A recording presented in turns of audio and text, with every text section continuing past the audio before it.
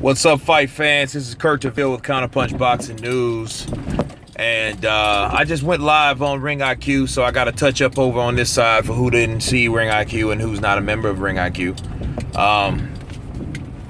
But the only thing I have one thing to say about this fight: rematch, rematch, rematch, rematch. Okay, because we have a lot of uncertain things. This is definitely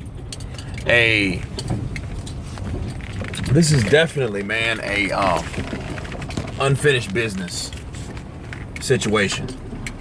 It's unfinished business. I feel that the fight was a lot closer than everyone has it. Because it wasn't like a domination on any part. That's what makes it close. The punch output makes it close. The ring generalship, Kovalev was moving forward though. Andre Ward being a slick boxer and a clever inside fighter, that's what actually made him a more intriguing fight, because Kovalev just couldn't, a lot of times he couldn't find him. He could find him with his jab, but he couldn't find him with that right hand all the time. When he did hit him with the right hand, it did drop him, right? So the question is now, what happens in the rematch? I think the rematch will be a lot more exciting than this fight, simply because Sergey will go out knowing that he doesn't have the judges in his corner. He doesn't have that home team advantage like he had with Chalimba.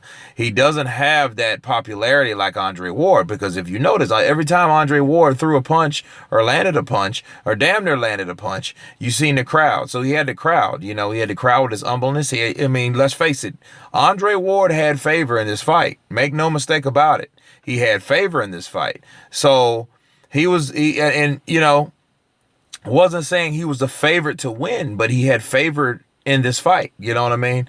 So how it goes now, Andre Ward needs to actually give him the rematch that he deserves. I don't know how the promoters had it. I don't know how the Duvas had it or whatever. But it should have been, if it's not, a rematch clause in the contract, because this type of fight here is a force to be reckoned with. But I've been saying this about many fights, come on. Why do you think that Floyd fought Castillo again, right? Mayweather